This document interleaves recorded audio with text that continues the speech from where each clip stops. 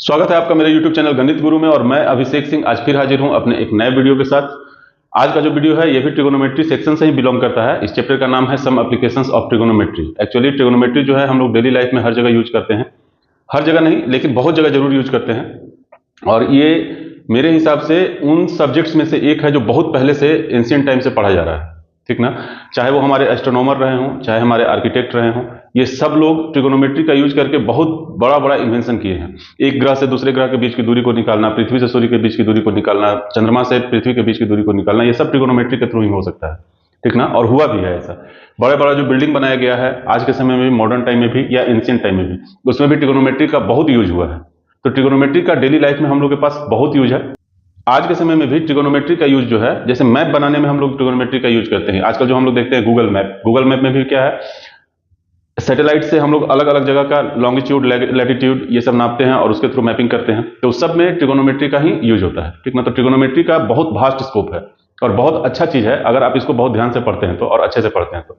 ये ऐसा चैप्टर है जिससे कि आप अच्छा नंबर भी ला सकते हैं, बहुत टफ नहीं है। इसमें जो मेन पॉइंट है, आपको ट्रिगोनोमेट्रिक टेबल याद होना चाहिए, ठीक ना। अलग अलग एंगल पे ट्रिगोनोमेट्रिक रेशियोज का क्या वैल्यू होता है वो हम लोगों को याद होना चाहिए। हम लोगों को ये याद होना चाहिए कि साइन थीटा का ट्रिगोनोमेट्रिक रेशियो क्या होता है, कॉस थीटा का ट्रिगोनोमेट्रिक रेशियो क्या होता है, और बाकी सब जो भी ट्रिगोनोमेट्रिक रेशियो है वो क्या होता है। ये सब अगर हम लोगों को याद है, हर एंगल पर ट्रिगोनोमेट्रिक रेशियो का वैल्यू याद है, तो ट्रिगोनोमेट्री सबसे आसान है। इसमें कुछ नहीं है, बस क्वेश्चन जो दिया रहता है ना उसके लैंग्वेज को समझना रहता है। लैंग्वेज समझ गए, आप पिक्चर बना लिए, आप अपना आधा काम कर चुके हैं। उसके बाद सिर्फ कैलकुलेशन करना है और कुछ नहीं करना है। बहुत ही आसान है, इसको ज्यादा टफ लेकर के हम लोग को चलना ही नहीं है, ठीक ना। कि बहुत ज्यादा टफ है। बहुत बच्चों को हम सुनते हैं कि सर सबसे भास्ट लगता है ट्रिगोनोमेट्री का ये हाइट एंड डिस्टेंस वाला पोर्शन। ऐसा नहीं है, ट्रिगोनोमेट्री का हाइट एंड डिस्टेंस सबसे आसान है, बशर्ते कि आपको सारा फॉर्मूला और सारा ट्रिगोनोमेट्रिक रेशियो का वैल्यू हर एंगल पे याद होना चाहिए, ठीक है।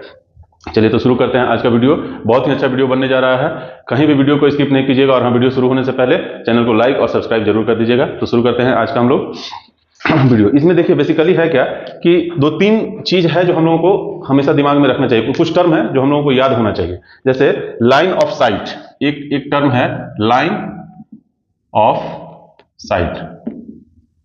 लाइन ऑफ साइट क्या होता है, जैसे कि मान लीजिए कि ये एक बिल्डिंग है, ठीक है। यहां पे कोई आदमी खड़ा है, तो यहां से जो ये देख रहा है इस बिल्डिंग के टॉप को, या कोई आदमी एक यहां पे एक बिल्डिंग है, बिल्डिंग के टॉप से कोई नीचे पड़े हुए गेंद को देख रहा है ग्राउंड लेवल पे, ठीक है ना।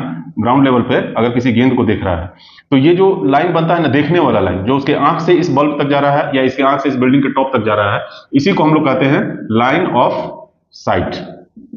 इसको हम लोग क्या कहते हैं, लाइन ऑफ साइट, ठीक है।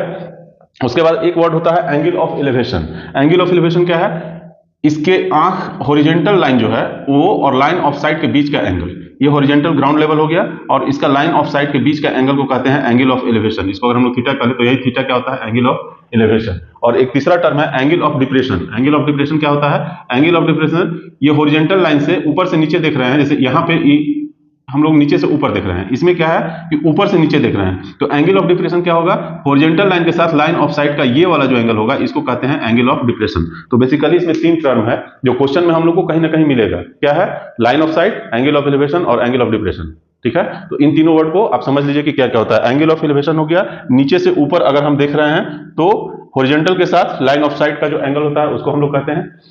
जब ऊपर से नीचे देख रहे हैं तो हॉरिजॉन्टल के साथ लाइन ऑफ साइट का यहां पे जो एंगल बनता है उसको हम लोग कहते हैं एंगल ऑफ डिप्रेशन। बस यही तीन टर्म है। एक चीज और इसमें हम लोग को समझना जरूरी है कि जैसे कि अगर मान लीजिए कि कह दिया, मान लीजिए कि कहीं पे ये कहा जा रहा है कि एक पेड़ है, ठीक है। मान लीजिए कि एक पेड़ है, ठीक है, एक पेड़ है।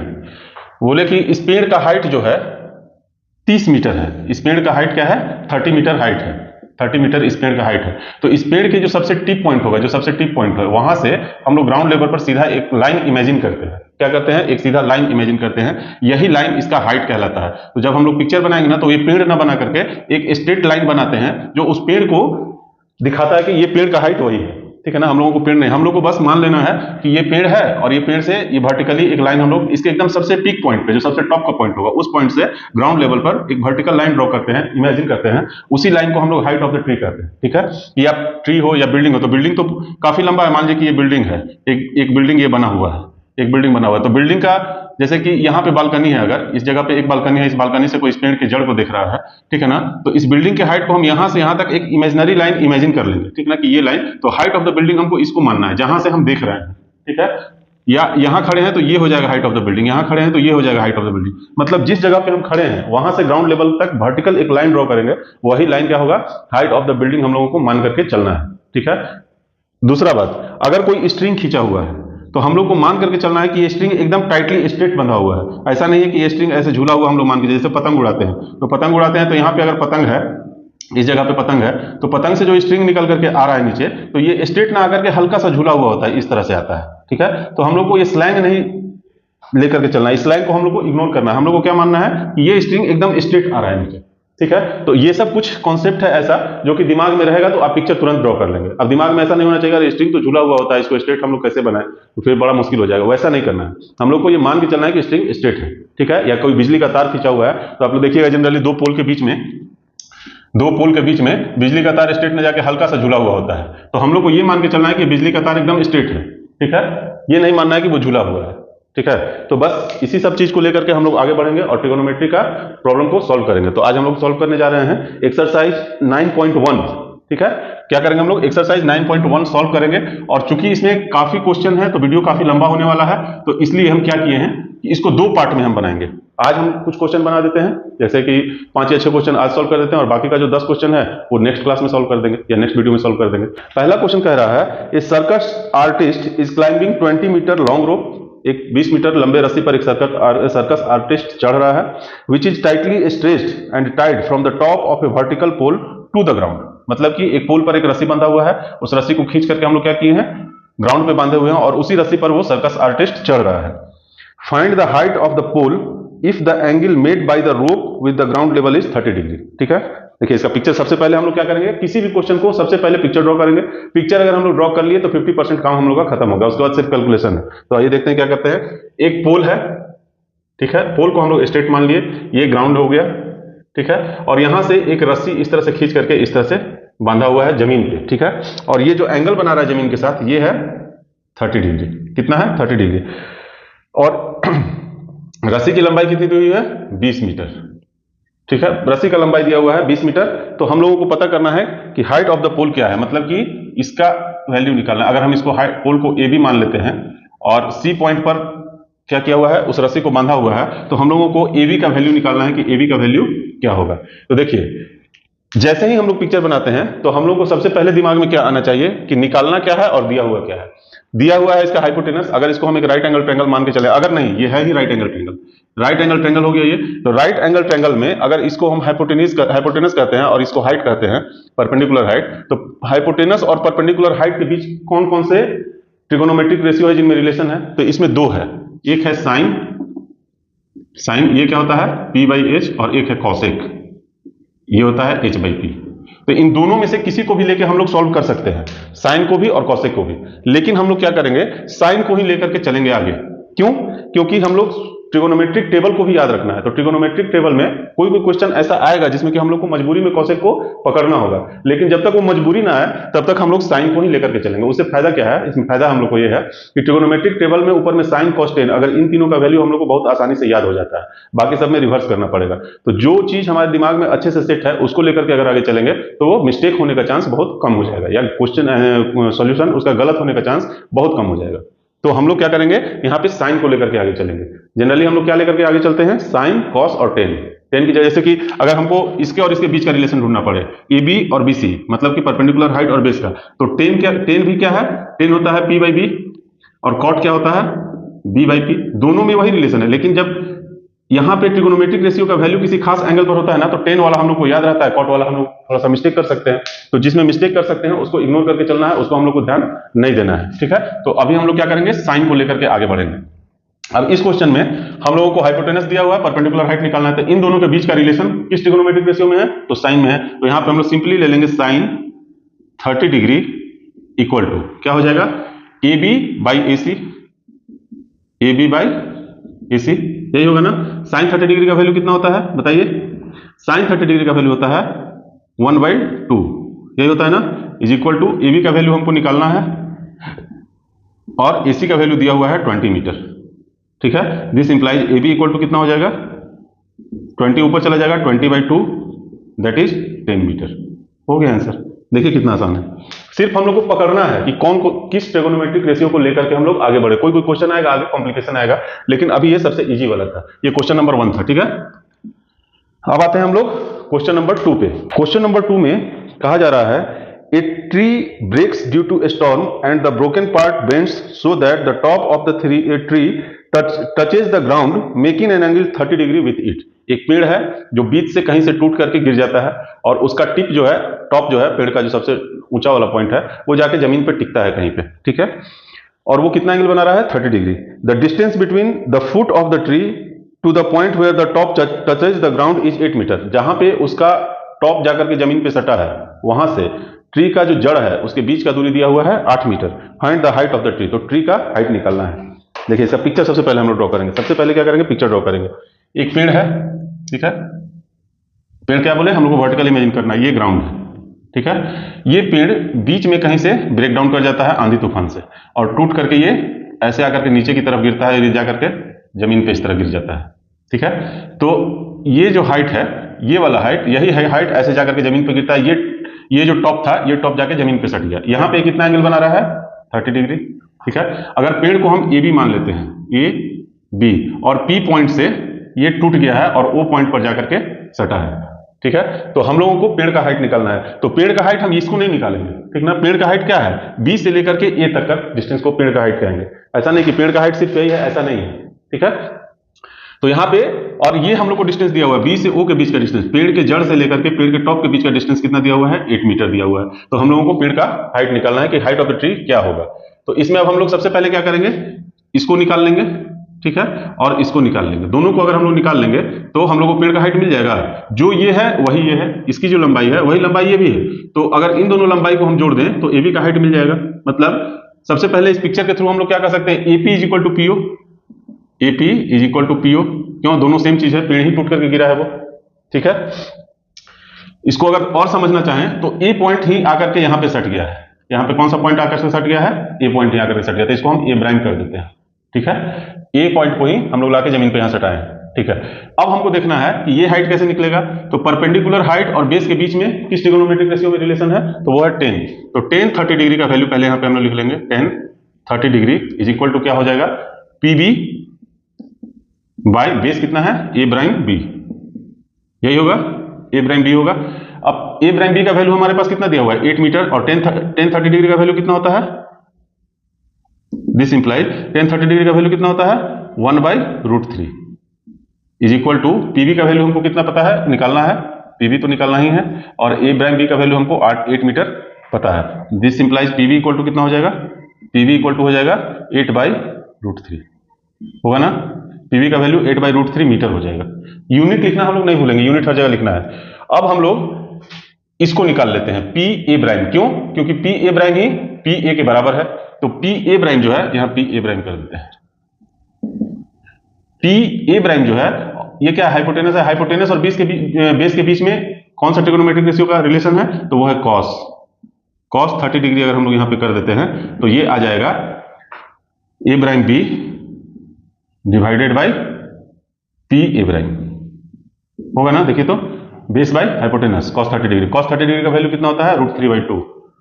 √3/2 is equal to A prime B हम लोग को दिया हुआ है 8, और पी ए प्राइम निकालना है। ठीक है, this implies P A prime is equal to कितना हो जाएगा, P A prime is equal to कितना हो जाएगा, 16, 8 2 जा 16, यहां पे ऊपर हो जाएगा, और डिवाइडेड बाय √3 नीचे चला जाएगा √3। ठीक है, समझ में आ रहा है। तो पी बी और पी ए प्राइम, मतलब ये और ये दोनों निकल गया। चूंकि पी ए और पी ए प्राइम दोनों इक्वल है, तो therefore height of the tree क्या हो जाएगा, हाइट ऑफ द ट्री क्या हो जाएगा,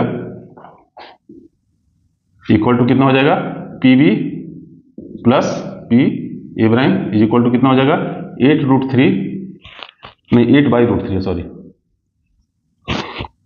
8/√3 प्लस 16/√3 क्या हो जाएगा, √3 एलसीएम हो जाएगा।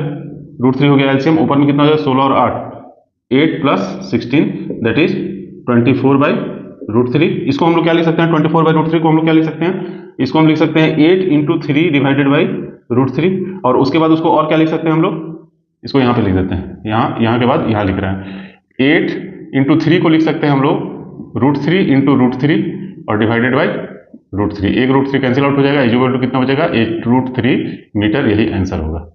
ठीक है, ये भी आसान था, कहीं कोई दिक्कत नहीं है। चलिए आते हैं अब नेक्स्ट क्वेश्चन में, क्वेश्चन नंबर 3। क्वेश्चन नंबर 3 कह रहा है a contractor plans to install 2 slides for the children to play in a park. किसी पार्क में 2 स्लाइड लगाना है किसी कॉन्ट्रैक्टर को, बच्चों को स्लाइड करने के लिए। For the children below the age of 5 years, 5 वर्ष से कम उम्र के बच्चों के लिए she prefers to have a slide whose top is at a height of 1.5 metre. साथ साथ पिक्चर बनाते जाते हैं। 2 स्लाइड लगाना है, एक स्लाइड का हाइट ये 1.5 मीटर रखता है ग्राउंड लेवल से, ये मान लीजिए ग्राउंड लेवल है, और ऐसे स्लाइड बनेगा तो इसका हाइट कितना दिया हुआ है 1.5 मीटर। ठीक है, and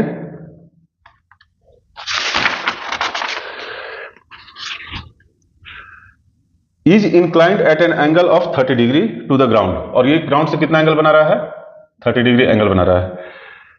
where as the elder children she wants to have a steep slide at a height of 3 metre, और बड़ों बच्चों के लिए ये जो स्लाइड बनाने जा रही हो उसका हाइट ये 3 मीटर के आसपास रख रही है, और ये जमीन से कितना एंगल बना रहा है वो क्वेश्चन में आगे पढ़ लेते हैं। And inclined at an angle of 60 degree, और ये 60 डिग्री पे इंक्लाइन है। ठीक है, to the ground what should be the length of the slide in each case. दोनों केस में स्लाइड का लेंथ क्या होगा, ये 3 मीटर है तो इसका लेंथ दोनों केस में क्या होगा। इसको हम लोग अगर P Q R मान लेते हैं और इसको A B C मान लेते हैं, तो इसी को हम लोग को सॉल्व करना है। इसमें हम लोग को QR निकालना है, QR is equal to what, और इसमें हम लोग को BC निकालना है, BC इक्वल टू व्हाट। ठीक है, दोनों में सेम चीज है, सिर्फ एंगल और कैलकुलेशन अलग अलग दिया हुआ है। एक का निकाल लेते हैं, दूसरे का आप लोग खुद से निकालिएगा, क्योंकि सेम चीज है दोनों में। ठीक है, हम लोग को ये निकालना है, परपेंडिकुलर हाइट दिया हुआ है, तो हाइपोटेनस और परपेंडिकुलर हाइट के बीच में किस ट्रिग्नोमेट्रिक रेशियो का रिलेशन है, वो है साइन। तो यहाँ पे हम लोग लिखेंगे sine 30 degree is equal to कितना हो जाएगा PQ डिवाइडेड बाई QR। ठीक है, P बाई H, साइन 30 का वैल्यू कितना होता है 1 बाई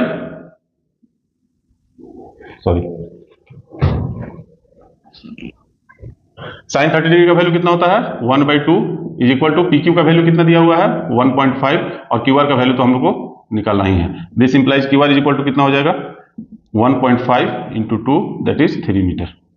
ठीक है, उसी तरह हम लोग इसमें कैलकुलेशन कर लेंगे, साइन 60 का वैल्यू लिख लेंगे, इसको आप लोग खुद से बना करके देखिएगा सही बनता है कि नहीं, बहुत ही आसान था ये भी। ठीक है, अब आते हैं हम लोग क्वेश्चन नंबर 4 पे। क्वेश्चन नंबर 4 क्या कह रहा है, the angle of elevation of the top of a tower from the point on the ground which is 30 meter away from the foot of the tower is 30 degree।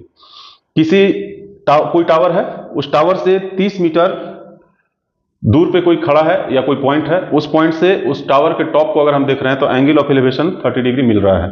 Find the height of the tower, तो tower की height क्या होगी। ठीक है, इसमें हम लोगों को बेस दिया हुआ है। ठीक है, और हम लोगों को निकालना क्या है हाइट, तो बेस और हाइट के बीच में किसका संबंध होता है 10 का, तो सिंपली हम लोग 10 का यूज करेंगे। 10 का बहुत आसान है, देखिए क्या है इसमें। तो इस क्वेश्चन में सबसे पहले हम लोग क्या करते हैं, पिक्चर बना लेते हैं। एक टावर है, ठीक है, ये हो गया ग्राउंड लेवल। टावर के टॉप से ग्राउंड लेवल के किसी पॉइंट पर एंगल ऑफ एलिवेशन कितना दिया हुआ है 30 डिग्री दिया हुआ है। इस पॉइंट का टावर के फीट से जो डिस्टेंस है वो कितना दिया हुआ है 30 मीटर दिया हुआ है। ठीक है, तो हम लोगों को टावर का हाइट निकालना है। अगर इसको हम एक नाम दे दें ABC, तो हम लोगों को निकालना है AC equal to what, AC का वैल्यू क्या होगा।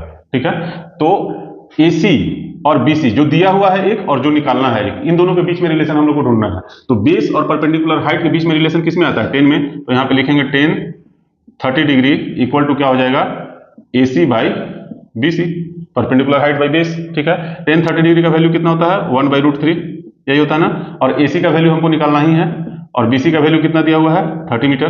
This implies AC equal to कितना हो जाएगा 30/√3 हो जाएगा ना, 30 यहाँ पे चला जाएगा, AC बच जाएगा अकेला। 30 को हम लोग क्या लिख सकते हैं 10 into 3 divided by √3 is equal to ये क्या हो जाएगा 10 इंटू 3 को लिख सकते हैं √3 इंटू √3 लिख सकते हैं, और नीचे में है √3, एक √3 कैंसिल आउट हो जाएगा, बच जाएगा कितना 10√3, और यही हो जाएगा आंसर। मतलब इतना मीटर जरूर लिखना है, साथ में यूनिट जरूर लिखना है, 10√3 मीटर। तो इसका हाइट हम लोग को कितना मिल गया 10√3 मीटर। ठीक है, बहुत आसान है, सिर्फ समझना है क्वेश्चन को और पिक्चर ड्रॉ कर लेना है। अब आते हैं हम लोग क्वेश्चन नंबर 5 पे। A kite is flying at a height of 60 metre above the ground. साथ साथ पिक्चर भी बनाते चले जाते हैं। एक काइट है, मान लीजिए कि एक काइट है, यहां पे ये ग्राउंड से, यहां पे ग्राउंड बना लेते हैं, ये ग्राउंड से 60 मीटर हाइट पे है। कितना हाइट पे है? 60 मीटर हाइट पे है, ठीक है। The string attached to the kite is temporarily tied to a point on the ground. इससे जो स्ट्रिंग बंधा हुआ है, इस स्ट्रिंग को हम लोग ग्राउंड पे कहीं पे टेम्पररली टाइट कर दिए। मान लीजिए कि इस पॉइंट पर, ए पॉइंट पर इसको हम लोग बांध करके रख दिए हैं, ठीक है। The inclination of the string with the ground is 60 degree. ये कितना एंगल बना रहा है? जो स्ट्रिंग है वो ग्राउंड के साथ 60 डिग्री का एंगल बना रहा है। Find the length of the string. तो स्ट्रिंग का लेंथ हम लोगों को निकालना है कि ये क्या होगा। Assuming that there is no slack in the string, मतलब कि स्ट्रिंग में कहीं भी झूल नहीं बना हुआ, मतलब कि हल्का सा भी ये नीचे की तरफ दबा हुआ नहीं है। स्ट्रिंग इस तरह से नहीं है, ठीक है, एकदम स्ट्रेट है। बस इतना ही है और कुछ नहीं है। क्वेश्चन देख के ही आप लोग को अब लग जा रहा होगा ना कि हम लोग बना लेंगे, इसमें कुछ नहीं है। परपेंडिकुलर हम लोग को निकालना क्या है? हाइपोटेनस। अगर इसका हम नाम दे देते हैं बी और सी, तो हम लोग को एसी निकालना है। एसी का वैल्यू कितना होगा? AC equal to what? ये निकालना है। तो एसी मतलब हाइपोटेनस, और दिया हुआ क्या है हम लोग को? बीसी। तो जो दिया हुआ है और जो निकालना है, इन दोनों के बीच में रिलेशन किस ट्रिग्नोमेट्रिक रेशियो में? साइन में है। तो 5 नंबर है, साइन 60 डिग्री इक्वल टू कितना हो जाएगा? BC by AC. BC by AC यही होगा ना, BC by AC. Sine 60 degree का वैल्यू कितना होता है? √3/2 इज इक्वल टू, बीसी का वैल्यू मेरा कितना दिया हुआ है? 60, और एसी तो निकालना ही है। This implies AC equal to कितना हो जाएगा? एसी यहां जाएगा, √3 नीचे चला आएगा, तो ऊपर में 60 हो गया, नीचे में हो गया √3, और ये 2 60 से मल्टीप्लाई हो जाएगा, इज इक्वल टू कितना हो जाएगा? 120/√3। अब इसमें भी हम लोग इसको थोड़ा और सिंप्लीफाई कर लेते हैं। इसको लिख सकते हैं 40 × 3 डिवाइडेड बाई √3, 40 दिया है 120 होगा ना। अब इसको हम लोग क्या लिख सकते हैं? 40 × √3 डिवाइडेड बाई √3। अब √3 कैंसिल आउट हो गया, आंसर कितना बच गया हम लोग के पास? 40√3 मीटर। यही आंसर हो जाएगा। बहुत आसान है, ट्रिग्नोमेट्री को देख करके भड़कना नहीं है कि बहुत टफ है ये, ठीक है। अब आते हैं हम लोग नेक्स्ट क्वेश्चन में, 6 नंबर क्वेश्चन में। ए 1.5 मीटर टॉल बॉय, ठीक है, एक बच्चा है जिसका हाइट है 1.5 मीटर, ठीक है, is standing at some distance from a 30 metre tall building. Picture बनाते जाते हैं। ये हो गया ग्राउंड लेवल। यहां पे मान लीजिए कि ये बिल्डिंग है, ये कितना है? 30 मीटर, ठीक है। बिल्डिंग का हाइट दिया हुआ है 30 मीटर, और यहां पे एक बच्चा खड़ा है, इसका हाइट कितना है? 1.5 मीटर। बच्चे का हाइट है 1.5 मीटर और बिल्डिंग का हाइट है 30 metre. The angle of elevation from his eyes मतलब इस बच्चे का हाइट का सबसे टॉप पॉइंट जो होगा वहां से हम लोग काउंट करेंगे। आइज पैर में तो होता नहीं है, आइज सिर में ही होता है, तो सिर से उसका एंगल ऑफ एलिवेशन दिया हुआ है, मतलब ये चीज दिया हुआ है। और एंगल ऑफ एलिवेशन हमेशा हॉरिजॉन्टल लाइन से बनता है, तो यहां पे हम लोग एक इमेजिनरी डॉटेड लाइन बना करके हॉरिजॉन्टल लाइन हम लोग यहां पे ड्रॉ कर लेंगे। तो एंगल ऑफ एलिवेशन कितना दिया हुआ है? इस 30 डिग्री, ये कितना है? 30 degree. Increases from 30 degree to 60 degree as he walks towards the building. ये बच्चा क्या है? इस बिल्डिंग की तरफ धीरे धीरे बढ़ रहा है, तो ये जैसे जैसे नजदीक जाएगा ये एंगल का वैल्यू बढ़ते जाए। जैसे देखिए, एक दूसरा पिक्चर यहां बना के दिखाते हैं आप लोग को। मान लीजिए कि यहां से इसका एंगल कितना है? 30 डिग्री है। थोड़ा सा और आगे बढ़ेंगे तो ये और कम ज्यादा हो जाएगा, 45 डिग्री हो जाएगा। थोड़ा सा और आगे बढ़ेंगे तो ये 60 डिग्री भी हो जाएगा। थोड़ा सा और आगे बढ़ेंगे तो 75 डिग्री हो जाएगा। कहने का मतलब जैसे जैसे हम लोग इस बिल्डिंग के नजदीक जाएंगे ये एंगल का वैल्यू बढ़ते जाएगा। वही चीज कह रहा है कि ये बच्चा जो है इस बिल्डिंग की तरफ बढ़ रहा है, तो ये एंगल जो है 30 डिग्री से बढ़कर के कितना हो जा रहा है? 60 डिग्री हो जा रहा है। कितना हो जा रहा है? 60 डिग्री। अब बच्चा यहां से यहां आ गया है, ठीक है। As he walks towards the building, find the distance he walked towards the building। तो हम लोगों को वो डिस्टेंस निकालना है जितना ये बिल्डिंग की तरफ बढ़ा है, मतलब कि हम लोगों को ये वाला डिस्टेंस निकालना है। इसको अगर हम लोग x मान लें तो ये x का वैल्यू कितना होगा? तो एक हम लोग नाम दे देते हैं, इसका नाम देते हैं a, इसका नाम देते हैं b, इसका नाम देते हैं c, और इसका नाम देते हैं d, ठीक है। यही चीज है। अब देखिए, हम लोग जो हाइट एंगल कहां से बन रहा है? उसकी आंख से बन रहा है। यहां से एंगल अगर हम लोग बनाएंगे तो एंगल चेंज हो जाएगा, फिर एंगल थोड़ा सा और ज्यादा हो जाएगा, लेकिन एंगल यहाँ पे बन रहा है तो बिल्डिंग का हाइट टोटल 30 मीटर दिया हुआ है, उसमें से हम लोगों को बच्चे का हाइट जो है उसको हटा देना होगा। क्यों? क्योंकि प्रॉपर जो ट्रायंगल बन रहा है वो इतना ही बन रहा है, ये ट्रायंगल का पार्ट नहीं है, नीचे वाला जो है वो ट्रायंगल का पार्ट नहीं है। तो हम लोगों को सबसे पहले क्या करना है कि बिल्डिंग के हाइट में से ये 1.5 को माइनस कर देना है। तो बिल्डिंग का हाइट, अब फाइनल हाइट कितना बच जाएगा? Final height of the building कितना बच जाएगा? 28.5। 30 में से 1.5 को हम लोग माइनस करेंगे तो आएगा कितना? 28.5। मतलब कि डीसी का वैल्यू कितना हो गया? 28.5 मीटर। ठीक है, हम लोग को ये हाइट मिल गया। अब हम लोगों को ये डिस्टेंस निकालना है। तो AB का वैल्यू हम लोग कैसे निकाल सकते हैं? अगर AC में से, इस पूरे लंबाई में से इस लंबाई को हम घटा दें, AC माइनस अगर BC हम कर दें तो ये हमको नहीं मिल जाएगा AB। देखिए तो AB का वैल्यू इस पूरे में से अगर हम BC को घटा दें तो हमको AB का वैल्यू मिल जाएगा, मतलब X का वैल्यू हम लोगों को मिल जाएगा। ठीक है, कंफ्यूज नहीं होना इसे। अब देखिए फिर से इसको एक बार और बताते हैं। एक बच्चा है जो 1.5 मीटर हाइट का है, ये इसके आंख से बिल्डिंग के या टावर के टॉप को जो देख रहे हैं वो 30 डिग्री है शुरुआत में। जैसे जैसे ये बिल्डिंग के नजदीक जाता है ये एंगल बढ़ते बढ़ते 60 डिग्री के आसपास हो जाता है। 60 डिग्री के आसपास नहीं, 60 डिग्री ही हो जाता है। तो A से B तक ये चल करके गया। अब बिल्डिंग से ये कितना दूरी पर है? BC का दूरी है। बिल्डिंग का हाइट शुरू में था 30 मीटर, और उसमें से हम लोग बच्चे के हाइट को माइनस कर दिए तो बिल्डिंग का हाइट बच गया 28.5। मतलब कि फाइनल हाइट जो हम लोग को यूज करना है वो है 28.5 मीटर। ठीक है, तो अब हम लोग को सिर्फ कैलकुलेट करके AB का वैल्यू निकाल देना है। तो AB का वैल्यू हम लोग कैसे निकालेंगे? सबसे पहले हम क्या बोले कि जो दिया हुआ है और जो निकालना है, ठीक है, इन दोनों को देख करके हम लोग ट्रिगोनोमेट्रिक रेशियो लेते हैं। तो इसमें क्या करेंगे? 6 नंबर क्वेश्चन है ये। tan 30 का वैल्यू पहले ले लेते हैं। tan 30 डिग्री इक्वल टू क्या हो जाएगा? DC by AC, DC by AC यही होगा। और tan 30 का वैल्यू कितना होता है? 1/√3 यही होता है ना। इक्वल टू DC कितना दिया हुआ है? 28.5 और डिवाइडेड बाई AC तो हमको निकालना ही है। ठीक है, this implies AC equal to कितना हो जाएगा? 28.5 इंटू √3, मतलब 28.5 √3। इसको डायरेक्ट भी लिख सकते हैं। ठीक है, उसी तरह अगर हम लोग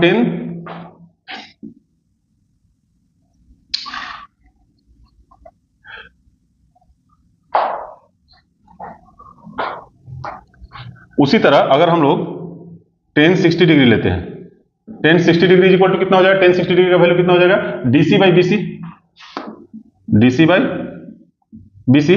तो tan 60 डिग्री का वैल्यू कितना होता है? √3 इक्वल टू DC का वैल्यू कितना है? 28.5 और बाई BC तो हमको निकालना ही है। This implies BC equal to कितना हो जाएगा? 28.5 डिवाइडेड बाई √3। तो BC हमको मिल गया 28.5 डिवाइडेड बाई √3, AC मिल गया 28.5 √3। तो अब हम लोगों को AB निकालने के लिए क्या करना होगा? AB इक्वल टू है AC माइनस BC।